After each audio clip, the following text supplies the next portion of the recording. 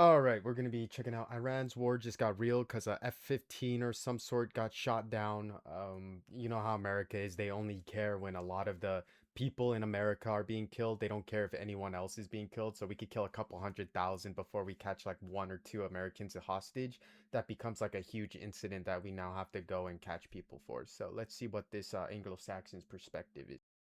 Down an F-15. I did see this. Let me go back. I'll pull it up.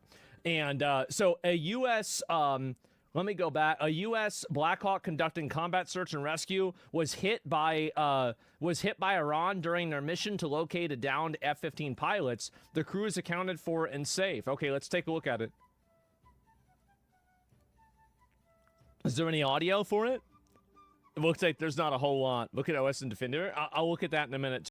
It's wild how safe Americans feel when they go into another country and just bomb it to all hell, and then they immediately just be able to extract anyone from any position they are in, and without any question because they'll just rain hell and kill everyone in the area. It kind of shows a big, profound idea of how much Iran has no defenses up anymore, but they're still able to do what they please when they please, which then again shows this is just another looking down on people to try and establish themselves as a superior. And of course, that identity is something that goes with perpetuity as time continues, and they cannot really stop a bunch of American imperialists with superior firearms, superior backup, which you can see two helicopters escorting a plane, which is escorting the crew that's saved.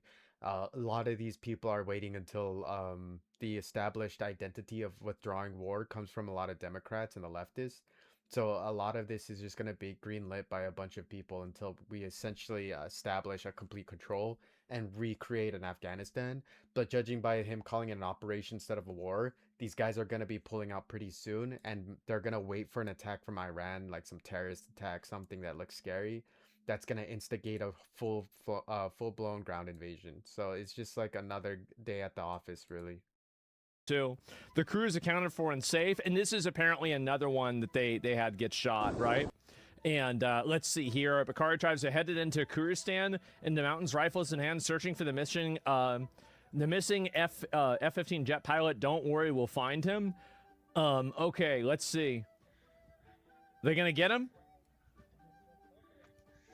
حسین سلام علیکم خسته نباشید. آشق سلام علیکم. علیکم سلام. ان شاء الله پیدا میشه نترس. آقا سلام علیکم یا الله یا سلام. پرچم همیشه بالا. حاجی سلام علیکم خسته نباشی. خسته نباشی. خسته نباشی. یا سلام علیکم. حاجی سلام علیکم. حدیث چیه پیدا کردی؟ ان شاء الله پیدا میشه. ان شاء الله. ان شاء الله. Man, what a shithole. Damn, I wouldn't want to live there. Holy fuck. And what is this? So this is the person that got shot down. Sort of this same thing in Iraq and Afghanistan as well. If you're going to be picked up by somebody who is going to turn you over to the Iranian, forces that are going to use you and capture you, or is the population happy that you're there and want to help you? That we don't know. And so anybody that gets shot down over that space is having to deal with that uncertainty. Sort of this same thing in Iraq and Afghanistan as well. If you're going to be picked up by somebody who is going to turn... No, I'm not surprised. What good people? I mean, like, I think the majority of the people over there are pretty good. I think that they don't want to deal with this shit either. And ABC News confirms the U.S. doesn't have superiority over Iran, as the Trump administration claimed. Iran used advanced passive infrared detection to completely blindside and shoot down an American F-15 jet. Well, how do they know that? Let me see what it says. Colonel Gagne, what does this mean for U.S. jet strikes and other aerial missions moving forward? A passive infrared detection system, by the way, is easily engineered. All you need to do is have a regular heat-seeking missile go toward the afterburner, because if you look up how they detect the afterburner, it burns at different gradiences. So it'll detect it, but then a flare would go out and it'll detect the hot ember or the hot fire of the thermite that replicates the inner part of the afterburner. And then if you were able to just readjust that by a couple of meters or just a little bit, which is the accordance to its distance, its travel, and its understanding of where it's heading, that rocket could realign straight into the jet and therefore can negate any flares whatsoever, because it's within the realm of reason or the logical contextual understanding of where the jet is heading and where it's going in order to strike that jet. So an advanced infrared missile is essentially just saying something with a little more calculus. So it's not just heat seeking, it's actually something that's heat seeking and then adjusting its trajectory in accordance to the velocity of the jet itself, which is able to take down the target. And then that's essentially how you'll have a system that can shoot down one jet or one plane, but it can't just be continuously used over and over again because it'll cost too much money when it gets struck down. So essentially, they used a very simple calculus in order to have a regular heat-seeking missile readjust course. The skies are not as safe as they perhaps presumed.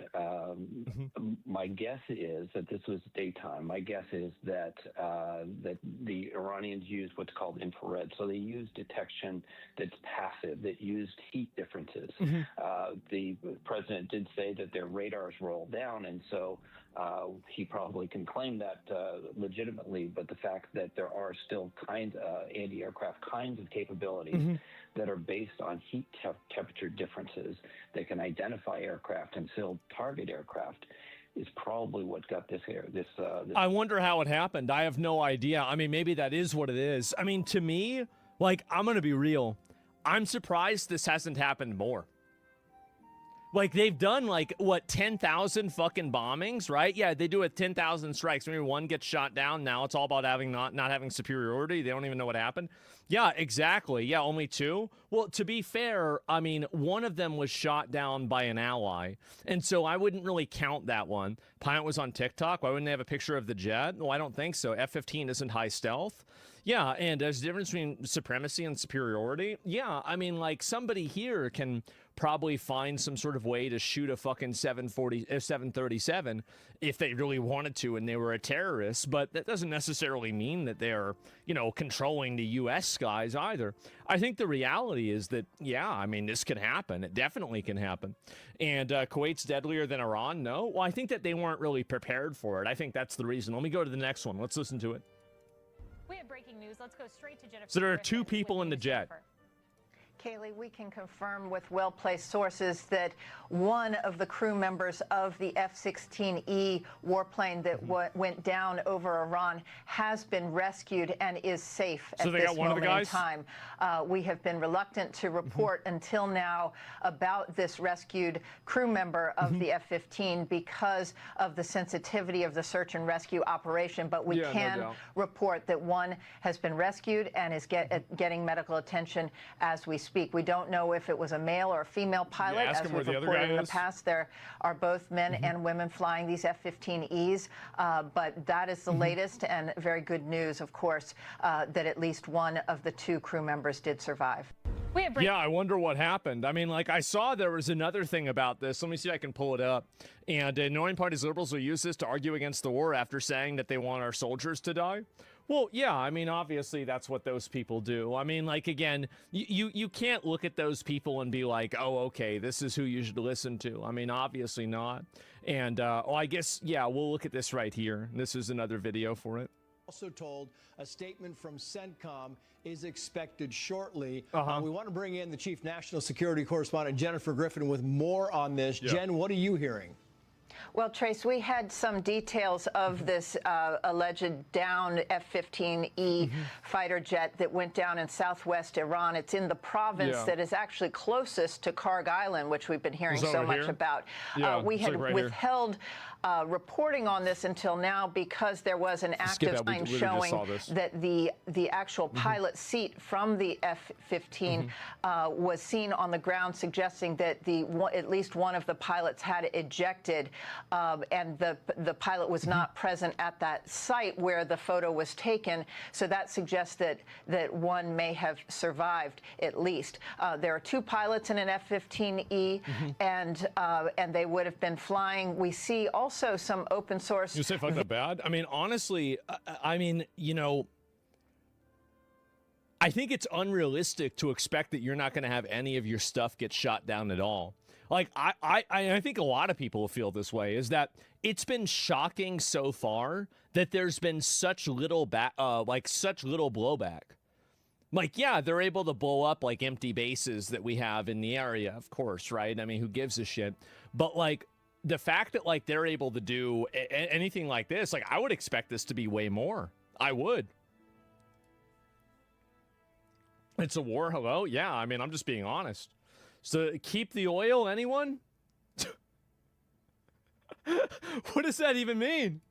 Video showing that there were 2 search and rescue helicopters that were being refueled midair in daylight. That would suggest, again, an urgency to that search and rescue mission because it would be rare to conduct a search and rescue mission with low-flying helicopters over an area that is possibly contested. Given that this happened during the daylight hours, it shows an urgency and a suggestion that the pilots may have survived. Trace? I know you've worked in that area a very long time, Jennifer. I'm wondering, a lot of some of this information coming through about this search, about, letting the people of Iran know that a pilot, some pilots might be out there. What do we know about Iranian television? How credible is it, and how much concern is that people are being told to do certain things inside the country? Well, Iranian media, as you know, Trace, is state-controlled. It is a propaganda network that would have an interest, and we have seen over the last 32 days or so that they have put out multiple times that they had shot down F-35 fighter jets. I mean, if the Iranian media, like, what they want right now is they want to be able to get that pilot so they can parade him around as if it's like a power move over the United States. That's probably, like, if I was the Iranian government, that's what I would do. And on top of that, that's what they already did. Remember whenever they captured those guys, like whenever Obama was president, and then Obama gave them a bunch of money, it seemed like it was probably like a ransom. So I think that's probably what they'll try to do again. Had not been true. That is why it was so important for us to get independent confirmation that this F-15 had in fact gone down. So some of the details that the Iranians are putting out may in fact be propaganda for their purposes. But what we can say at this point is the President of the United States has been briefed on this F-15 going down, and that CENTCOM is expected to put out a statement. So we feel comfortable in reporting the fact that the F-15 did go down. But in terms of the reliability of Iranian state television, it is I wouldn't trust anything they say. I mean, really, I wouldn't, because like if they had proof of it, they wouldn't be using AI videos and videos from like 2020. Like they would be posting so many images of this. They'd be plastering this everywhere on the internet. So to the extent that they were shooting down F-35s or anything else, Iran's in a missile misfire, I saw that. I'm going to look at that later. The war effort at this point, Trace. Yeah, let's bring in Benjamin Hall to the conversation here, because we still don't know how the F-15 went down. We don't know if this was mechanical. We don't know if this was shot down. A lot of things very much unconfirmed right now, Well, I mean, there could be like 3 or 4 different... I mean, I don't know how something like this happens. Who knows? Like, I mean, and also, like, it could just be pilot error. I mean, I don't know. Who the fuck knows? And also, like, what are the odds that somebody in Iran is a good shot and is able to knock one of these things down? Like at least one of them out of like thousands of these things that have been happening, they pop one off. Like, I don't think that's shocking. I mean, is that really surprising? I don't think so. Yeah, that's right. And I think it's been surprising they haven't done it more. Like this nowadays, we are actually watching. I think he has a valid point. A lot of these systems that are being tested and used are trial and error. So a lot of the times when they're shooting at these flying jets, a lot of these people would put in a lot of countermeasures that would probably scramble a lot of these things. But if they started to catch on that they have some sort of countermeasure in these jets, the indication that they would eventually create something that could counter, I call it simple calculus. But if you study a lot of these missiles and how they actually track the heat, you'll see that they have different gradients of heat to track. So whenever someone dumps a flare, it's a hot solid. And then the afterburner has multiple layers of how the heat goes. So when it catches up to the center heat, it can oftentimes get confused with the flare. But if you often, again, use some sort of electromagnetic radiation, which is my favorite way of saying light I cannot explain, you can scramble a lot of the technology unless you code it. And if you code it so that it can't get interfered with, then you have accurate technology chasing down a target or a tango that can then blow up the entire jet. Which of course is a terrifying thing, because sometimes you just need to miss it just by a little so the shrapnel explodes. But if you have direct contact, then the whole thing's going to get blown up, which is why it's very interesting that a lot of these Iranians are technically testing a lot of these missiles out for the first time on jets that are going to be one of the most sophisticated on the planet. So a lot of the time these new missiles are going to be built specifically for this concept, which is pretty cool to think about because the fact that none of these other helicopters came out or none of these other planes came out and they didn't get struck down, it shows a potential of mujahideen or a warriors that are Muslim that essentially are going to conquer all of the mountains by shooting out singular missiles every here and there, followed up by ambushes, which means they're probably preparing for a long-term fight. And they're probably getting ready to fight continuously in this war so that if they are able to down some jets or some airplanes, if they're fighting in a ground conflict, they're going to be able to shoot the air support that's coming to strike them. So essentially, this is an advancement of guerrilla warfare because it looks like they're preparing for what I would call a long-term guerrilla fight, which is something America cannot sustain without trillions of dollars and probably multi-generations of warriors going there to fight. So I think this is an interesting way of war conduct because again, this war of conduct is something unique and special in accordance to what is usually normally known as just continual anti-air or continual shooting as many jets as you can down.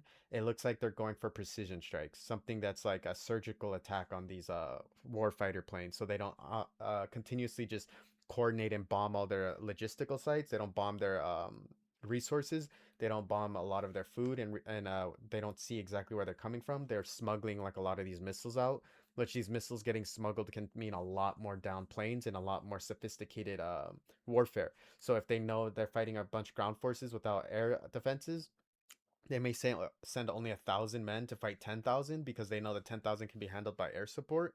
But if that air support is suddenly suppressed, that 1,000 gets overwhelmed very easily. And because of that, a lot of the new warfare and guerrilla warfare is going to be advanced to the degree of now ground fighting matters again. So they're trying to test, in my opinion, when and where to attack a lot of these jets and planes. Online, and we're looking at some of the videos that are coming out, and you have to be really careful, of course, about Iranian state TV.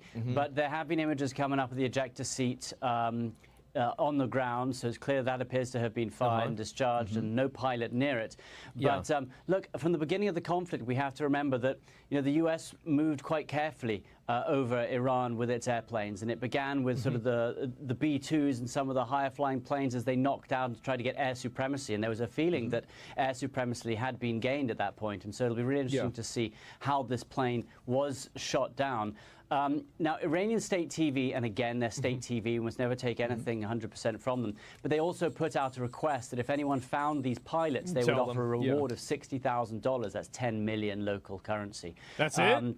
Which is something that we haven't seen them say before, even though they have claimed that they've shot down planes before. And so there is a feeling that perhaps they are actively looking for pilots as well.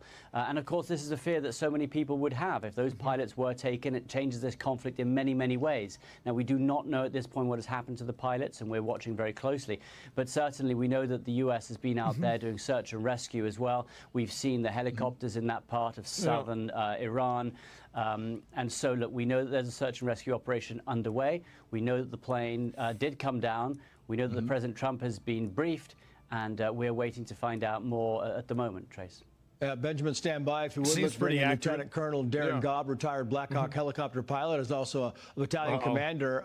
Colonel, you look at the plane and what Benjamin is talking about there, and there's some pictures of the ejection seat on the ground. There's no pilot near it. It's kind of a good news, bad news scenario, meaning that the pilot appears to have survived the ejection because the pilot is not there.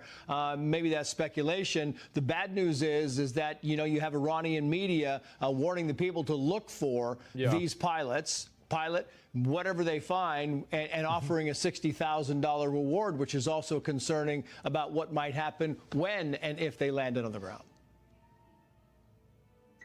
Yeah, Trace. The first thing I guess I'll emphasize here is the fact that when something like this happens, whether it's mechanical failure or an actual shoot down, because of where it's at, this becomes the mission. This is the focus. Regardless getting the guy back. Whether we know the status or not, they will try to confirm the status of what is happening with the pilots the entire time. But this will be the focus until they have some sort of resolution on all of this. I've been involved in combat search and rescue and personnel recovery operations, planning and execution side, and I can tell you that the entire CENTCOM area, as well as national assets, go into an operation like this with a very much layered plan from space down to ground on how to recover pilots from behind enemy lines and that will be in effect immediately as soon as they get the report. So people yeah, I mean, you got to assume that they probably have plans for this, but like, I mean, obviously the plans are not perfect because, and there's human error involved with everything, and there's always, you know, random events that happen. So yeah, it's hard to say. That the military takes it extremely seriously when it comes to recovering pilots who've been shot down or lost behind enemy lines, regardless of how it happens. Yeah, and so you're saying it happens immediately, and I'm wondering, because Jennifer Griffin was talking about, you know, the risk of having low-flying helicopters that might be searching. What else can be done to try and evaluate exactly what happened to the pilots in this case, Colonel? Well, the pilots will be carrying systems on them that they have the capability to use if they are functioning, to send broadcast signals out to let them know the status. And yeah, that's probably. Well, can't that just be intercepted? Now, as far as the launching of an aircraft to recover pilots, that will be done. That's what they're doing right now. A threat assessment is made to make sure that you're not creating a larger problem by sending in low-flying helicopters in this case. So the notification and the process starts immediately. Launching of recovery assets to pull any pilots out can take a little bit of time depending on what they find out about the situation. No man left behind means that all of Iran was in danger for these pilots, which is wild to think about because you could technically start a whole war based on these pilots. Because again, our martyrdom system here in America is so profound that if some of these guys are caught alive, all you need is like a scary looking beheading video that doesn't actually behead anyone, and suddenly their fear is so excuse me.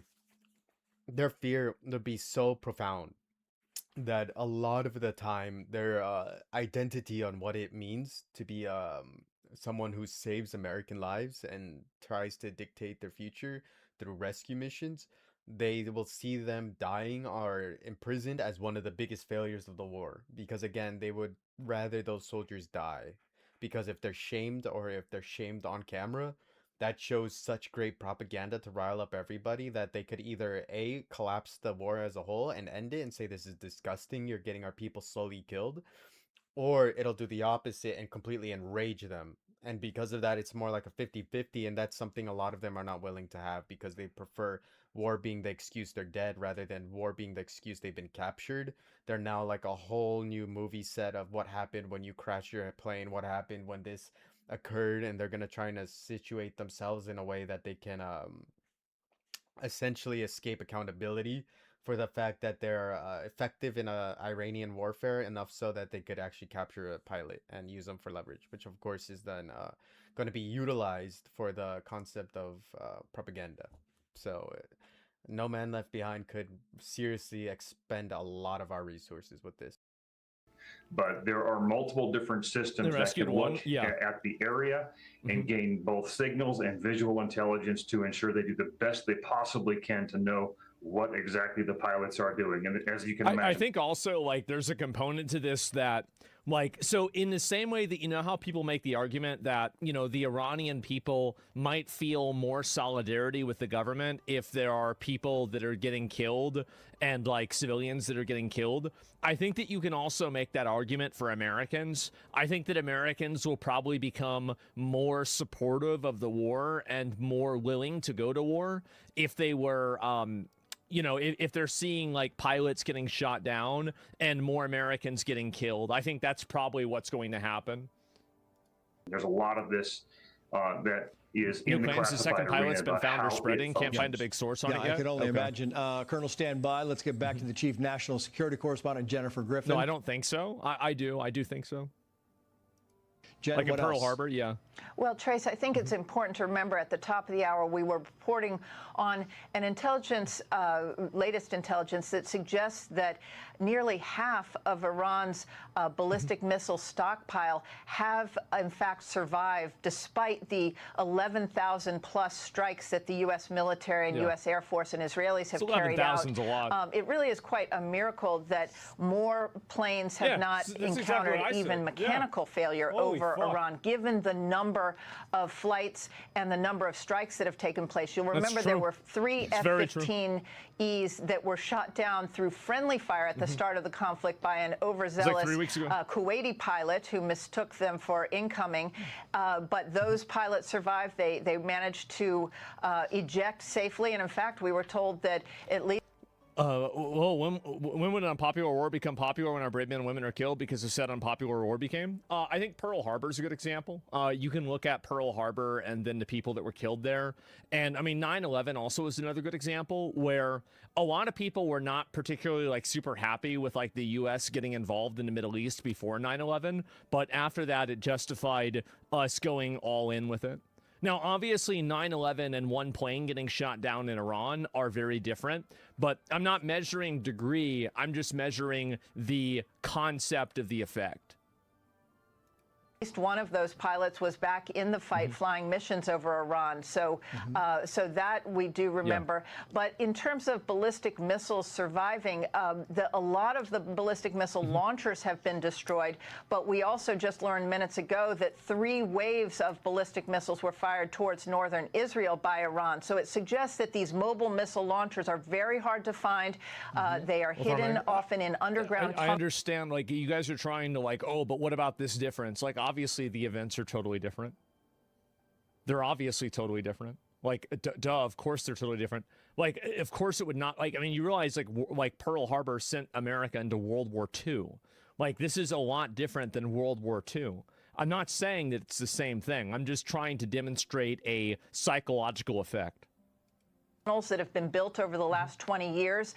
And so there is still a danger to pilots flying over Iran in terms of anti-aircraft attacks and also potential mechanical failure. We don't know what brought down this F-15E.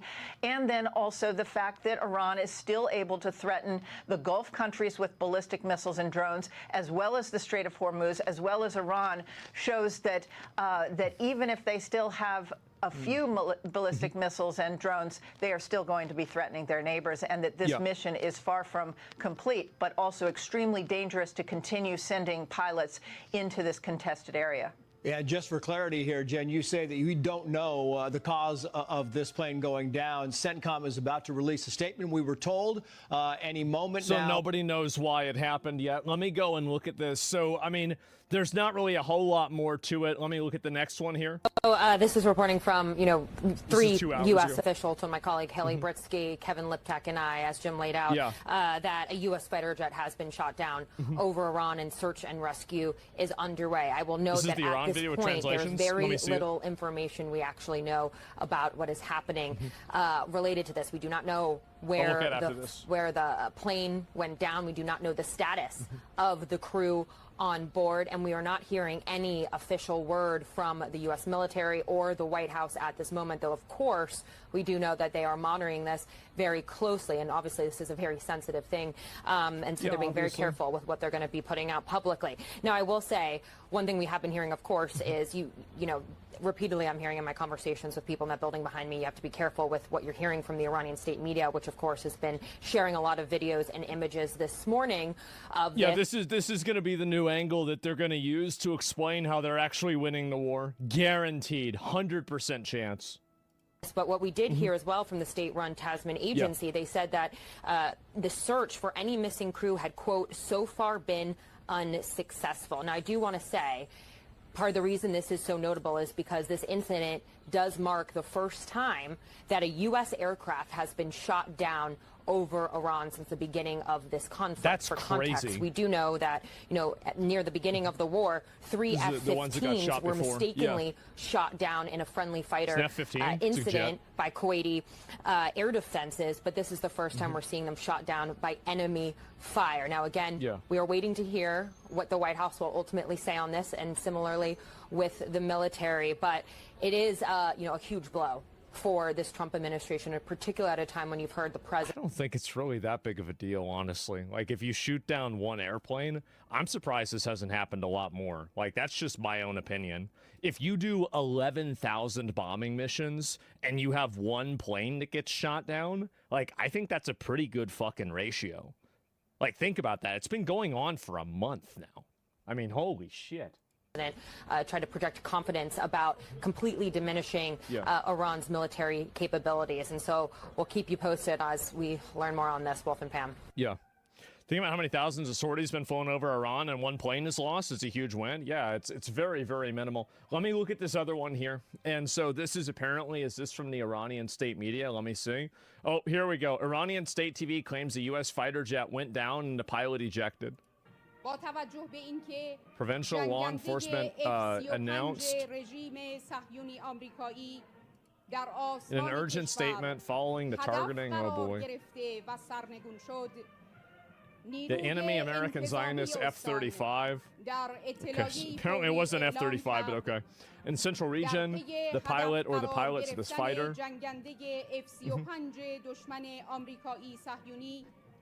may have landed in two of the places, I guess, in Iran. I don't know how to say those words. All tribespeople and villages are requested to cooperate with the military and law enforcement forces. Yeah, I bet. How do they know it's been shot? What if it's just a mechanical failure? I don't know. Residents of the dear and honorable people, please turn this guy in. Please, if you capture the enemy pilot or pilots alive and hand them over to the police, this is you getting paid. You will receive a precious prize. Wow. That's crazy. And so there it is. Just got here what Bomb's talking about. I don't know. Well, how many people actually helped the IRGC and how many helped the pilots, if any? I think that, I mean, I'm not even really sure. I mean, I have no idea at all about this. Let me see if there's any more of these. Oh, and this is the one that got, so one of the guys did get rescued. What we can say is that the President of the United States, President Trump, has been briefed on this. Oh, this is all the same stuff. Okay, I've already seen it before. And there's not really any more of this beyond that. And these are the helicopters that they're obviously going and trying to find the other guy.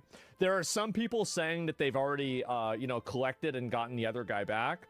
Oh, here we go. According to the New York Times, citing 2 U.S. officials who spoke on condition of anonymity to discuss operational matters. In addition to the F-35 strike, a U.S. Air Force A-10 Thunderbolt went down near Strait of Hormuz at the same time. The lone pilot was safely rescued and is receiving medical treatment. Okay, so somebody got shot down. At least according to them, but that's not really confirmed yet. And as initially reported, 2 Air Force Pavhawks were involved and were struck by Iranian surface fire, but service members are safe.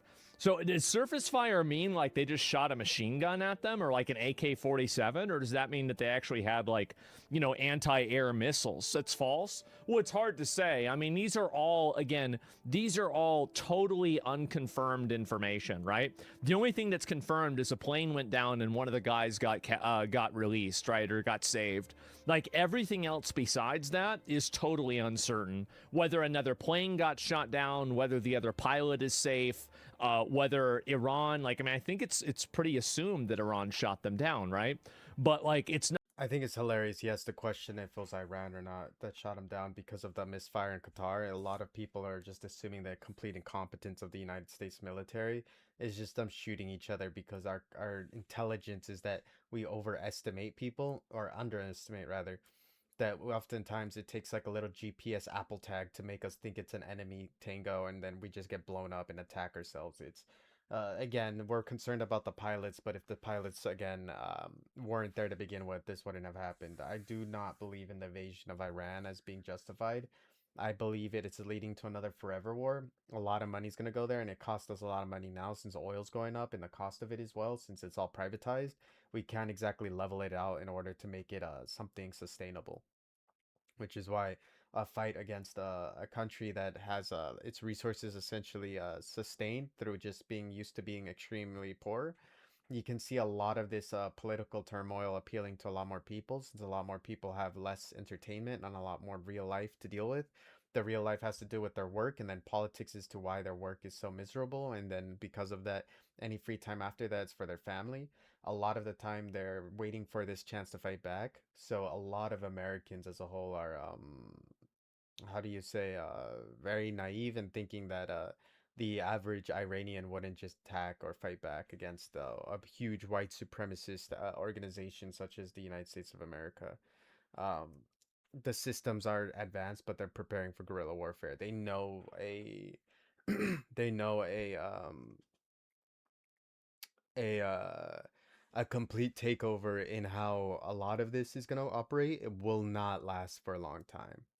So the construction of this warfare being a frontal assault, where you have trenches like Ukraine and Russia, is most likely not going to happen because of the fact that a majority of the people who conduct themselves in this warfare are prepared for an Afghanistan-like fight with a lot more resources, a lot more training, a lot more missiles, a lot more anti-air, which is going to be a lot more of a reminiscence of Soviet Union invading Afghanistan than it is the United States invading them.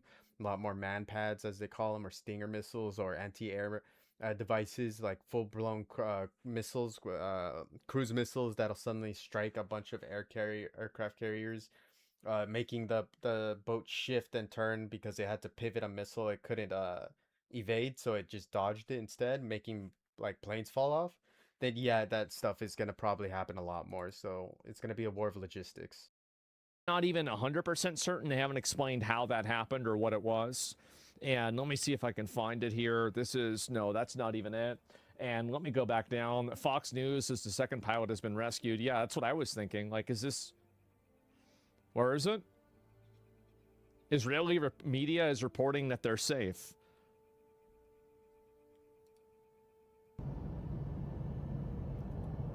That's a big one. That's a big airplane.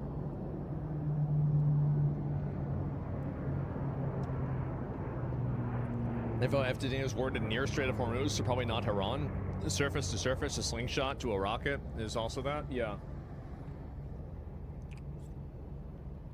Yeah, I'm just trying to understand this, right? It's hard to know. Here's a video of Iran police firing at the helicopters. Okay, let me pull this up and see it. So there's one more of these to look at. Holy shit, shit. Shit. Yo, Abel fast. Yeah, bro. I feel shit. Yeah, and I said man pads. Yeah, bomb them. Well, you shouldn't bomb them. I mean, I would wait to see what's actually happening, right? I mean, nobody knows. Footage of Iranian police firing small arms at a pair of USF searching for the down. Oh, this is them shooting at them. Is that it? Bang, bang, bang. Oh, fuck you. Get out of here. Get out of here, man. Good job, guys. Small arms can't reach. Oh, there's another one. Shoot at him again. I wonder if it really does any damage to those airplanes. I mean, I would assume not, right? Yep. Probably not, right? It could. I mean, I would say theoretically, like, what if you hit, like, exactly the rotary system? Like, you must be able to do something. Like, I don't know. Yeah, these guys want the smoke. This is literally Vietnam. Look at the fields. Like, it's old school Vietnam. This is why they don't want to invade it, because essentially what's happening right now is an extraction mission. So when they grab the people and run out, they are running a risk of what is exactly happening right here, which is every single person is going to start shooting up. Eventually, some guys get some RPGs, and some of those hit, some don't. And some of those guys are going back with some shrapnel. It's literally like what Vietnam is. You're going to run into guerrilla fighters. You're going to run into people who really want the smoke, because they lived their whole life being oppressed, and they just saw a bunch of their infrastructure get a bunch of welcome visits, which is just a bunch of explosions. And again, this is what happened in Afghanistan. This is what happened in the Middle East. This is what happened everywhere else they invaded. They're gonna have to kill eventually every single farmer, every single village member, every single council leader, and eventually you're doing the equivalency of just killing every single man and any potential new child that grows up to be a warrior in the future, so that you can get rid of any rebellion. This right here is a great example of why this war will never be a success in anyone's eyes. They have a lot more mountains, they have a lot more land, it's bigger than Afghanistan, and they have cruise missiles, and they have the ability to fight back to a degree of which they are going to kill countless people very easily.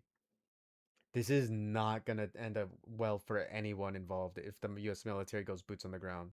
I'm not sure it's confirmed that Iran shot it down. I can't be 100% sure. I mean, the expectation is that Iran shot it down.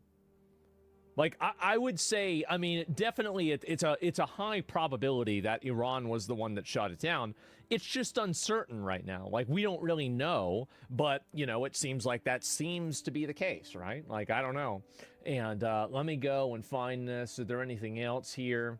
No, that's not it. Why is Iranian army not involved in the war? All I'm hearing about is the IRGC, because a lot of them don't even agree with it. That's the reason why. Let me go back. See if I can pull up any more information about this too.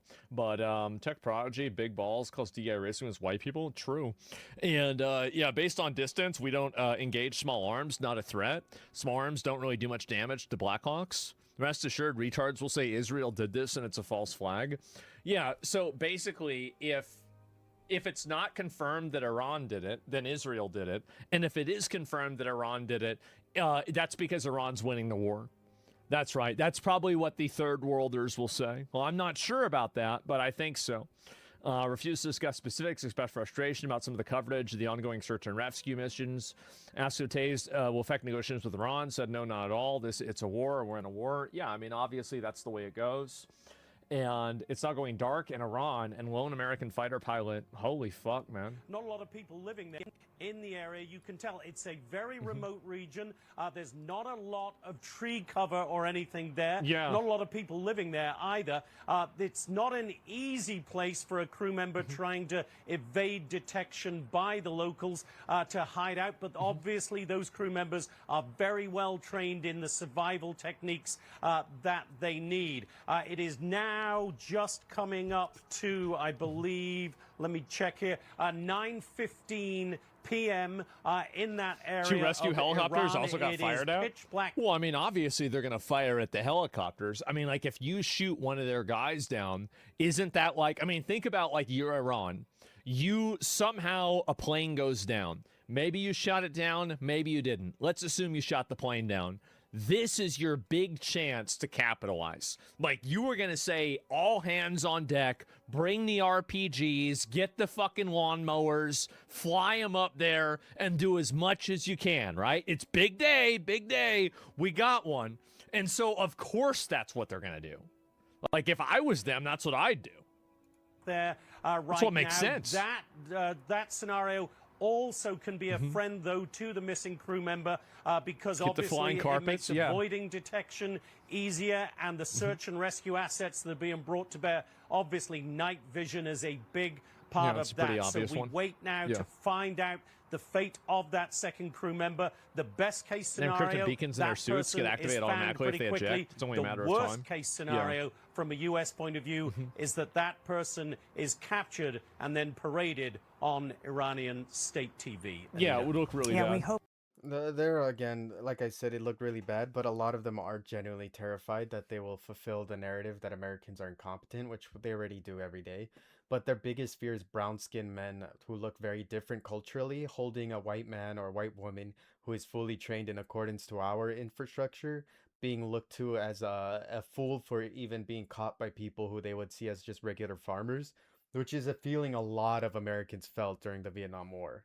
Because a lot of them swore they were untouchable until they had to go actually clear out every tunnel, clear out every place that they had to go and see where they're getting shot at. Because you could laugh and say the Black Hawk doesn't care about small arms fire, but you're eventually going to have to go into that neighborhood and then you're going to care because it's your physical body fighting that small arms fire. That's why it's, again, you can laugh it off for now, but if you're just killing people from a distance and you can't even land on that soil, you're gonna be in for a big surprise when they can take out one jet. All they need is that same system, and then they could take out your jet when you're trying to rescue them on a second ambush. So they're preparing, they're getting information, they're getting intel. A lot of these guys are high tech, they look low tech, they are very high tech, they're insanely intelligent. Very intelligent human beings. Every human being in America has potential to being the best of the best. That also applies to people that are not in America because we are still human beings with the same brain capacity that still has the same ability to learn and grow and experience the world through a perspective of being a genius. A lot of these guys are preparing for what I would call a long-term war. And if we're barely touching ground because we're look how big it is compared to Afghanistan right next to it. Just think about that size. That's insane. That's at least 2-3 at Afghanistan size worth. And that took 20 plus years to just take Afghanistan, and we still didn't really take it. They're not ready for this war. They're really getting into a very silly situation. This is not as smart as they think it is. Yeah, I definitely would. And like how Americans would react, that's kind of hard to say. I think it probably will be bad for them. I think it would make more Americans. Notice the debrief too, right there. It says air-to-ground focused two-seat fighter can carry air-to-surface weapon in the Air Force inventory, nuclear and conventional. So they're trying to really hint at the idea that this thing, this F15E, could prevent, or would send a nuclear fire payload. But again, if they can counter the payload, then essentially what they just told you is they can blow up a nuclear weapon in the air and not really care about it. They'll care, but they're letting you know your missiles won't hit, because if they can hit the jet that carries it, then they're gonna hit the missile. So again, they're letting you, what it looks like, letting you hit their land, but you're never gonna land a nuclear weapon there because they will shoot you out the sky. I think that's a very interesting little subtle hint they gave right there. Motivated to like continue attacking them if there's like some American soldier that's getting captured and paraded around. But I guess we're just gonna have to wait and see. Pakistan-led mediation for a U.S.-Iran ceasefire hits a dead end. Yeah, obviously there shouldn't be a ceasefire. Why would you do a ceasefire? Let me see here. Navigator makes contact a little later and the search for him is still ongoing. Both pilots rescued by U.S. Special Forces. Well, is there any sort of like proof of this? How true is this? Is this true, Grok? Source, please. Is this confirmed? Yeah, okay, so you just made that up, basically. U.S. is asking for a ceasefire? Of course they are. And, yeah, definitely. And, what is this? The pilot made contact? Oh, shit. Okay, give me a second. Apparently this just happened.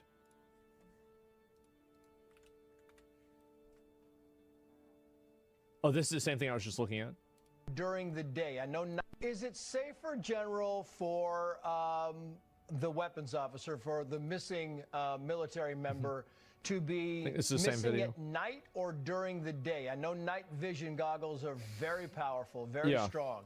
Is it better for them to be missing when it's dark than during the daytime? Well, Trace, I would love to talk to you about some of these things, but we don't want to give away our tactics and what we try to do to the enemy. Darkness is a place that Western Air Forces do way better in than our opponents, and I'll just leave it there. Is it safer, General? Yeah, I mean, obviously, they've got a million fucking things.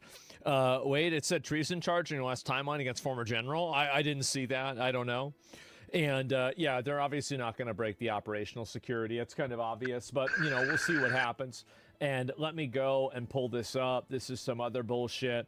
All crew members are safe from the helicopter crews that were shot at by Iranian forces.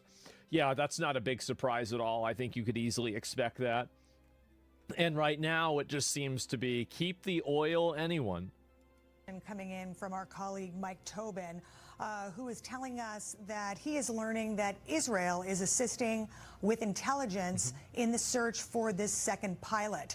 Do you have anything to add to that? Well, I think it's important to understand that, of course, Israel and the U.S. would be sharing any intelligence on any sort of situation like this, where a U.S. warplane is shot down or brought down over Iran. We know and we can report that one of the crew members has been rescued. That's good news. That pilot is receiving medical treatment as we speak, but the second pilot is missing, and it's already. I do think that they will make a mistake if they think that they're going to escalate things with Donald Trump. I do. I think that he would have there would be no inhibitor for him to just continue bombing them, use bigger bombs, knock out their power grid, do something else that's insane. I think that would be a very big mistake for them. I do. Because, I mean, really, do you actually think that Donald Trump wouldn't do that? I think he obviously would. Drop the big one? I mean, is there a universe where Donald Trump would use a nuclear bomb? Yeah, I think so. Yeah, I do, actually. Like, yeah, I think it's unlikely, but it's definitely possible. dark in Iran right now. That will make it easier for search and rescue operations, but certainly a very risky operation to rescue that first crew member of the F15E. The F15E, it's important to point out, is a really unique plane that is sort of the warhorse of the Air Force. It can fight not only and take out air-to-ground targets, but also can fight its way in and out of contested airspace with air-to-air battle capabilities. So this is a very, one of the main when did they warplanes used? Like F-35, F-15E Strike Eagle. When did they make?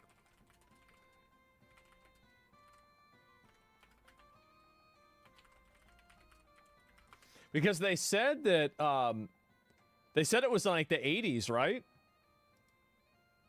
So they started building them in 1985 and in 1986. I mean, to be fair, right? I mean, wasn't the B-2 bomber made in 1989? So, I mean, and we still use those. People still can't figure out how the fuck those work. So, I don't know. Is there congressional powers that he would need approval for a nuke, or is it solely up to the president? Well, I have no idea. I mean, I think that there is like a small check system for that, but I think that the real process of that's probably confidential and it's probably very specific. So it's hard to say. And what do you think he'll call it? The little Trump of the nuclear bomb? I don't know, man. And the United States launched a SAR operation inside of Iran and faced zero resistance. Reminder, this is how they searched for the missing helicopter of their president, who ended up being eaten by bears. Wait, what? There's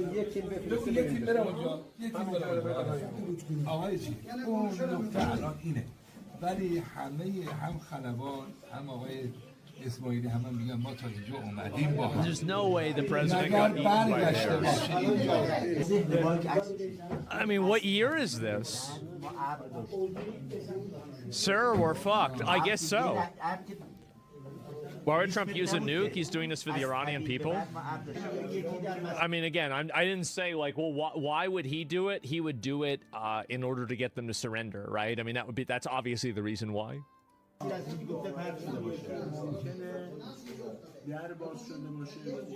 guy in the video is dead. I would assume that most of the people in this video are dead. At this point, they're trying to push a lot more of their discrimination towards a lot of Iranians, seeing them as third worlders or low tech, because third worlder is a hard R at the end. They love to throw that at the end of something that means lesser, which of course third world, obviously less than a first world.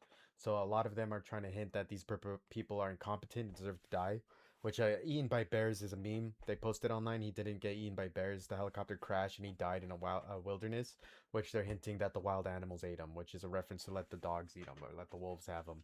So again, a lot of this satirical content is just edgy white supremacy, where they're trying to disrespect the nation and their culture to try and make them look like they're lesser people, which of course is eventually going to be taken over to America. You already see it with BLM marches.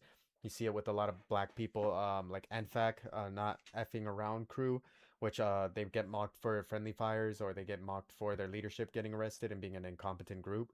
A lot of these people are associated with mocking people of color, making them look like an uneducated, unsophisticated group of people, which is again a third worlder, which they say here in America, even if you're an American who grew up in a first world, they're going to associate that identity with you.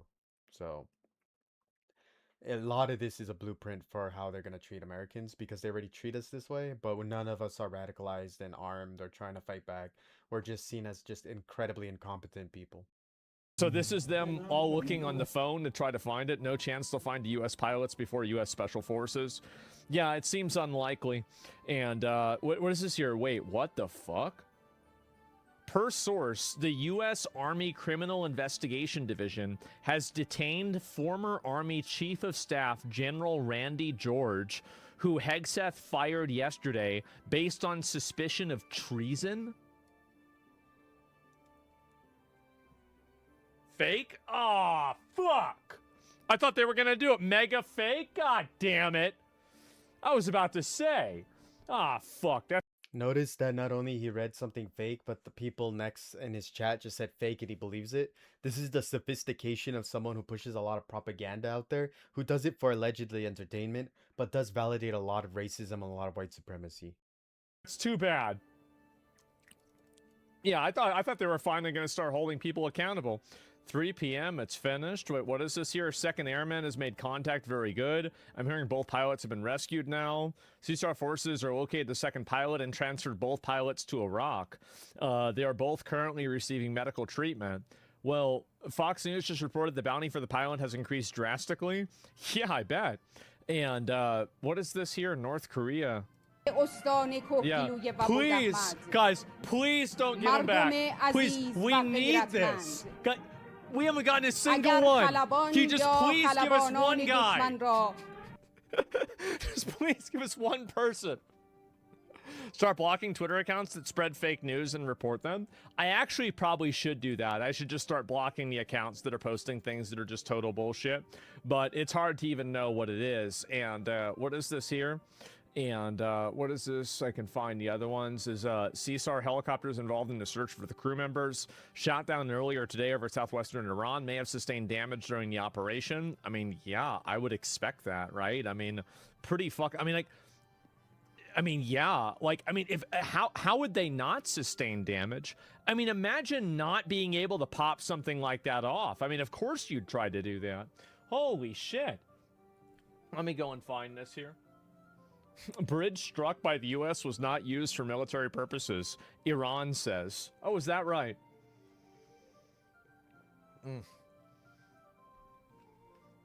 Let me see. I don't think this is in English, but I'll double check. If it's a Pakistan account, it's probably bullshit. Iranian state television claims that there's a U.S. fighter pilot missing in the country. A local affiliate of Iranian state television in southwest Iran. Yeah, it looks like nobody knows yet. Out of their aircraft and is now on the run. Now, an anchor on that channel went on air and said that police were searching for this. What's your take on CBA? If Trump needs $1.5 trillion to fund the war, is it still worth it? I mean, I don't think it's just to fund the war. That's for the military in its totality. It's not really specifically to fund the war. And said that anyone who found the pilot should capture them and they would receive a reward. Earlier, though, they were telling people to shoot at the invaders. Yeah, now, no shit. It remains unclear what's going on. The U.S. Military Central Command, our news shouldn't say anything about our pilot, as well as the Pentagon, did not immediately respond to requests for comment. But there, on social media, there were images of U.S. drones, aircraft, and helicopters flying over this rural region in southwest Iran, and it remains unclear if this person has been found or captured by the Iranians. Yeah, okay, so it's still kind of uncertain right now then. That's kind of annoying. I don't know if there's any more updates for this or not. I'll look around and see if there is, but I don't know. And it makes a case for more unmanned aircraft. Well, I think that's going to be the norm, right? I mean, you're clearly seeing it go in that direction. And I don't really see any universe where that doesn't happen. First time triggers urgent. Oh, this is the rescue. Okay, so here it is. All right, let's go right now to senior White House correspondent Peter Doocy, live from the White House. Peter, we know the president has been briefed. So what are you now hearing from the administration? I've been told, Anita, that President Trump has been briefed throughout the morning, and the way that information flows in this West Wing is different than what we've seen, say, during the Biden administration, where a lot of information would have to be collected before one or two officials would be authorized to go and brief the president. In this White House, as information comes in, they just as we understand it, it is presented to the president. And so there are a number of military and diplomatic officials who might be involved with some of these briefings. We're trying to figure out exactly who is here in the West Wing on Good Friday. There are a good amount of people out of town. And we know that with these briefings that President Trump has been getting for a month of epic fury, most of them have been showcasing big explosions, big bombs going off at various places in Iran. This is the first time that something like this has happened. Kind of curious, it's a bait and switch to collect more metadata on IRGC command structure? Shot down I don't know. Fire in Kuwait. Yeah, I'm not sure. This is different because those pilots all landed in Kuwait. These pilots are, one of them has been rescued and the other one, it's possible has been rescued, and there's a delay in us getting information, but it's also possible that they're probably not going to say if he's rescued until they have all the other airplanes and everything else gone out of the airspace. Because, like, then if they say the guy gets rescued, but then one of the rescue planes gets shot down, then it's going to make them look bad. I mean, that's what I would assume, right? They're probably not going to say anything until, like, everything's totally fucking locked in. Combat search and rescue missions are ongoing. There is an intentional delay with the Department of War and CENTCOM giving us the information just because they want to make sure that all the pilots and all of the combat search and rescue teams who are flying much, much lower than a bombing raid mission, that they are all as safe as can be before they tell us what exactly is going on. So I think that makes sense. I was told about an hour ago that we should expect something soon from CENTCOM. Still waiting on that, which tells us that stuff is still probably going on the ground there, Anita. Yeah, and I know, Peter, how much importance President Trump puts, of course, on the safety of all the soldiers and military out there at the moment. I wonder how this might change anything moving forward. I mean, until this pilot is, the second pilot is rescued or found, how does that perhaps change how he views what's going on in Iran at the moment and the next steps? It's not. I mean, it's not really a lot to change. It's just kind of something that's happened. They announced B-52s are now flying missions in Iran a few hours ago, pretty much just near total air superiority if they're actually using B-52s. Well, they probably have. I mean, they probably have close to near air superiority or supremacy, right? But, you know, there's always going to be a few that get through. I think that's kind of what happens. So here we go. And was recovered by the U.S. fighter pilot was rescued by 2 helicopters. Search continues for the second crew member. So this is the same thing that it said. Trump will not nuke. Yeah, I don't know. We've had air superiority since like day 3. Well, yeah, but I mean, like, you're not going to have, like, what my point is that the probability that in a country that's as big as Iran, dealing with something that's as systemic as the IRGC, the probability that they're not going to have like one place that they can shoot a missile from or shoot a rocket from and like hit an airplane, it's just really, really low. I mean, you've got to keep in mind there's 90 million people in Iran, so something like that is going to take time. And this is the first time it's ever happened. So I think that's another pretty big one. But Blackhawks and AC-130s are cruising with 0 worries. I mean, again, like a mistake could happen, right? I mean, it's pretty obvious. Iran Speaker of Parliament releases a statement after defeating Iran 37 times in a row. This brilliant no-strategy war they have started has now been downgraded from regime change to, hey, can anyone find our pilots? What incredible progress. Absolute geniuses. Man, that's sad. It is. It's very, very sad. They're trying to resort to this. And slow refueling over Iran is supremacy. You don't understand what those terms mean? Well, I think it's pretty close to it, but it's obviously not 100%. It's 99. It's 99.9. Like, you think about it, right? Like, what actually is the probability of airplanes being shot down over there? Well, you've had 11,000 missions. One of them got shot down. That's 1 out of 100. Not of 100,000. Out of over 10,000. That's really, really low. That's 99.9% plus. So you see a Trump tweet on J.D. Vance. I don't know if I did or not, actually. So what could happen to Alex Preddy? We just assume those idiots are immune to consequences? Yeah, sure. That's like saying the U.S. has 99.9% superiority or supremacy over the homeland? No? Well, yeah, but I mean, obviously one of them is a foreign area and one isn't. So, oh God, there's another poly market bet on this already? Oh my God. And Jesus Christ. This somebody who's crying about this. And this is an ongoing search and rescue mission for an American service member whose plane's been shot down over Iran. Their safety is unknown. They could be your neighbor, a friend, a family member, and people are betting on whether or not they'll be saved. This is disgusting. Quick reminder that Donald Trump is an investor in the dystopian death market that may have access to intelligence the public doesn't have yet. Man, that's just too bad, isn't it? I'm not gonna lie, that's kind of a consequence of a lot of gambling markets, which are just pure scam markets.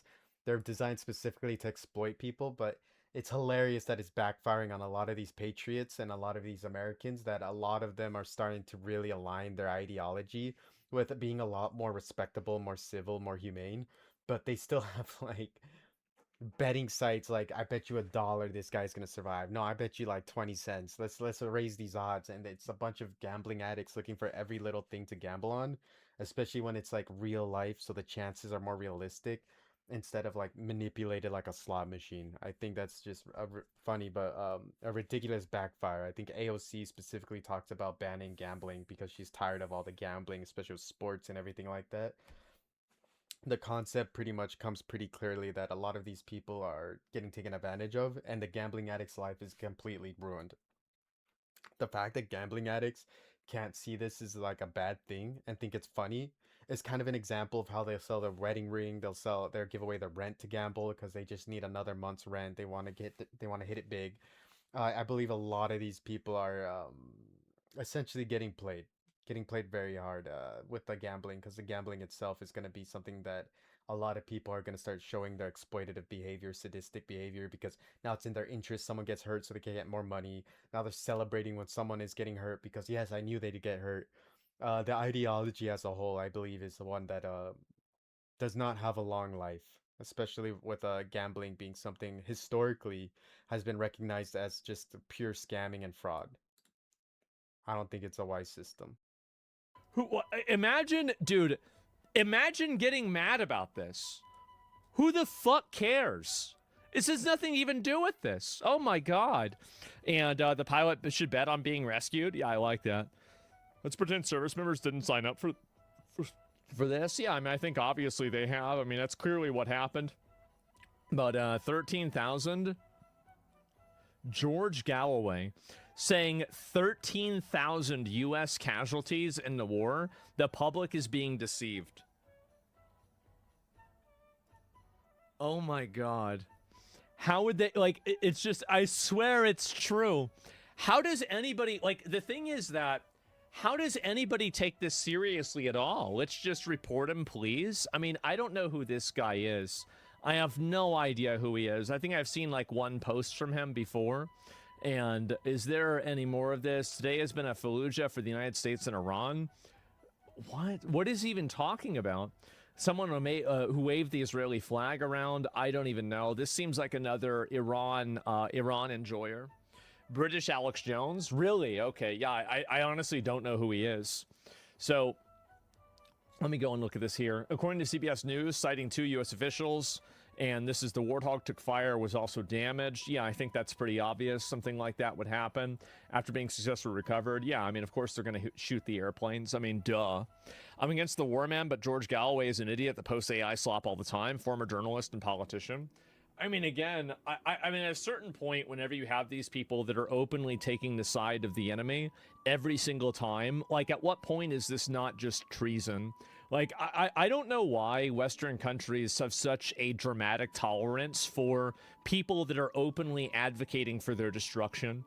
I think it's a big mistake for us to be as tolerant as we are. I think that it is. And I think that we've opened the doors to so many people that openly cheer for and celebrate the destruction of the country. Free speech? Yeah, it's not really free speech. And again, like, I mean, these are people, they shouldn't even be citizens in the first place, right? So it shouldn't even follow for them. You advocate for Iran's destruction? Yeah. And if Iran didn't want to give me citizenship for that, I'd understand it. I would. I'd say, like, you know what? That makes a lot of sense. Yeah. Understandable. Have a nice day. So, as a McDonald, oh, bro, I thought it was McConnell. Douglas Advanced Concept Injection Sheet from U.S. Air Force has been found by residents. Oh, so this is the one that they found. So this has been going on now for, what, 7 hours? No footprints, no disturbed stand, probably fake. I don't know if it is or not, but who the fuck knows? Let me go back and look at this here. And this is very comforting, knowing that if you got shot down, that there's unwavering faith the U.S. military will get you. Well, yeah, I mean, obviously they will. And we used to do something about that back in the 40s and 50s with communist enthusiasts. Yeah, I think that there definitely has to be, like, because I think that there is a growing contingency of people that basically just... I think that what's happened is that the new grift that a lot of those people have been trying to... I'm just trying to read these and, like, keep up with it and see if there's anything else new that's happened. We have strikes underway against military infrastructure sites. Yeah, obviously this is going to continue to happen. And, okay, yeah, that's pretty much about it for now, at least until something new happens. So we let them be too much? We do. And so the problem is that the new grift that I think a lot of the anti-American groups of people are doing is that they're trying to tie every action that America takes that's not advantageous to them to Israel, and to hopefully assign Israel accountability for these bad actions against them that America is taking, so they can trick Americans into being against those actions. So basically trying to say that, well, any level of control or accountability or attack or aggression on them is actually because of Israel. And if it's because of Israel, then it's bad. And so that gets some Americans who really don't like Israel to agree with things that are also not in America's best interest, but it makes them think that it's in America's best interest because they also are convinced that it's not in Israel's best interest. And I think that's what's happened. And so basically you have competing foreign powers and foreign influences that are trying to effectively use a third party to leverage and launder their ideology into the minds of the American people. So you have some people that are saying that, you know, well, it's all Muslims and it's just like basically you have to do them and Israel is our best friend. And there's other people saying that, well, it's Israel that's causing all this to happen and you have to go after the Muslims because they're the real, they're attacking the Muslims and that's the real problem is Israel. But I think that in a lot of cases, it's actually just multiple competing foreign powers that have no interest in the best. They don't want what's best for the United States. They want what's best for their interest group, for their identity group, and for their country or their ethnicity or whatever. And using another group and then trying to position it as being oppositional to America is not necessarily in, you know, like America's best interest. It's just perceived that way. Does that make sense? Do you guys see kind of like how I'm putting this together? Maybe I could try to like say this in a better way, but that's basically what it is. Shia Islamists could be a strong ally though, given most terrorism comes from Sunnis. I mean, I don't know. I mean, a lot of the Sunnis are being funded by Shia Islam from Iran, so I don't think that's necessarily true. A media blackout until 1 p.m. Washington time. Oh, wow. So they're not going to say anything at all about this. But this is actually until 1 p.m., and that was like an hour ago or 2 hours ago. So I don't even think that's it.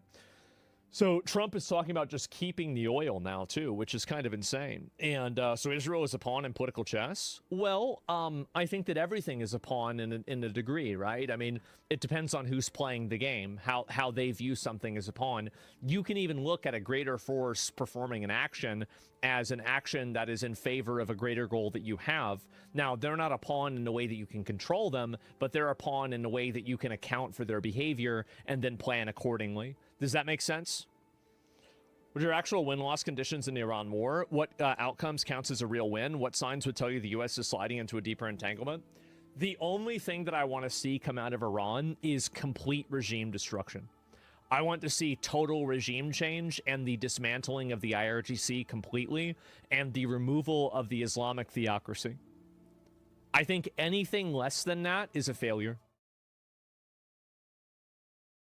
I think trying to give a place like Iran a democracy is silly considering it failed in Iraq, though they are voting now. It was done under what I would call just under threat of death. This has been a reaction video. A lot of this discussion was very plain and very straightforward. I don't think it was very unique in any way.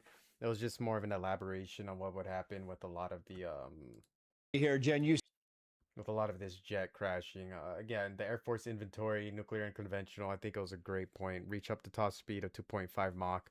I believe the average manpad can probably reach that speed. Let's see.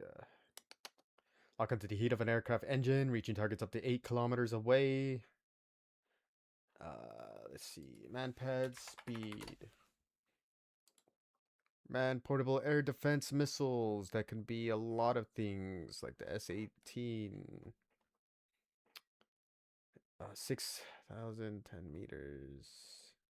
I'm trying to see if it can surpass it, because it definitely hit it hard. I want to see if it was a manpad or not, or if they shot an entire anti-air missile at this guy. A lot of these weapon systems are very interesting to me. But a lot of this warfare that's happening is just gonna get worse. I believe we're in the second month, I believe. Iran operation start. February 28th, we got March 28th, and now we're gonna reach the third month, which in the third month, I believe we have to withdraw in accordance to what it is. If the Congress approves war, which I don't think it has, not yet at least.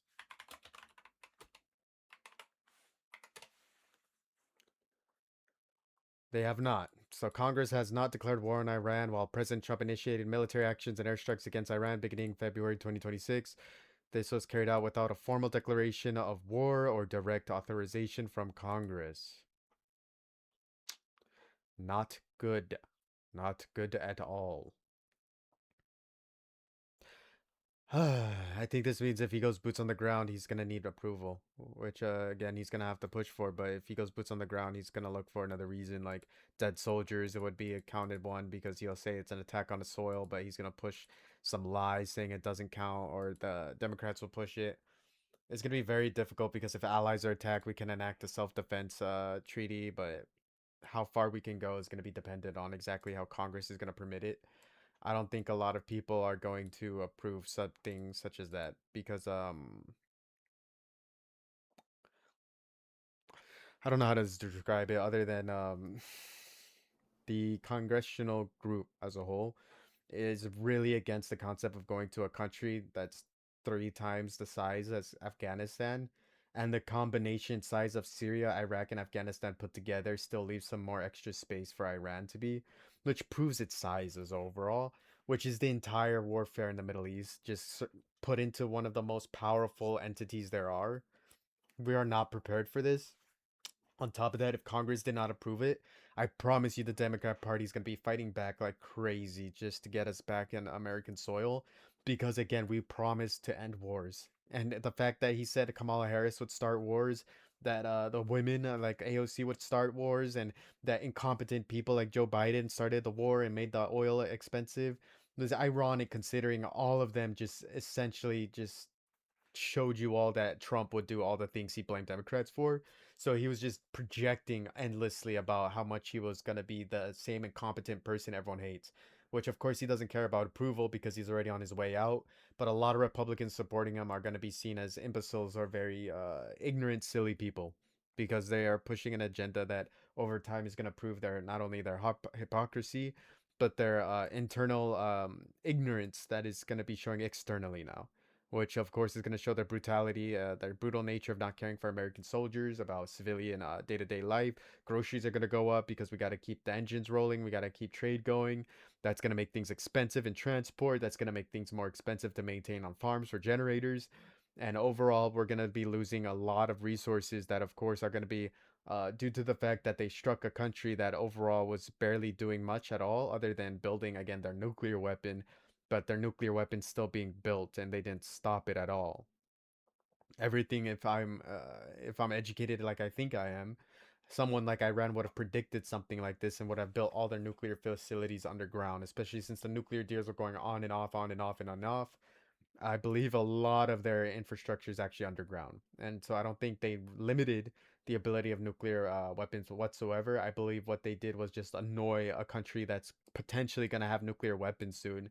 And before they got nuclear weapons, you're on their bad side.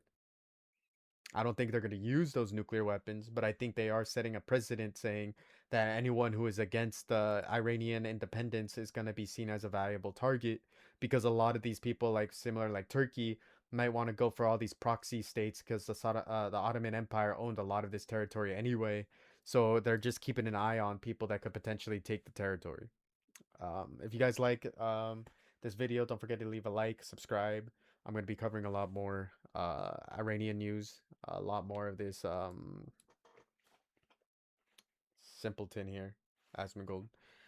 So we can see exactly what kind of coverage this war is going to have on the people, because so far prices of gas is going up. People are paying $8 a gallon. People are going to be paying more than they ever have. Food's going to go up. Groceries price is going to be expensive. People are going to starve. People are going to go homeless. Jobs are going to be pretty much hard to get anywhere. And we're going to have to essentially capitulate to a bunch of people across the ocean because of the terroristic nature of them all. So, and terroristic nature of America, not Iran, because again, we're striking them in their homeland. So thank you for watching. Don't forget to like and subscribe.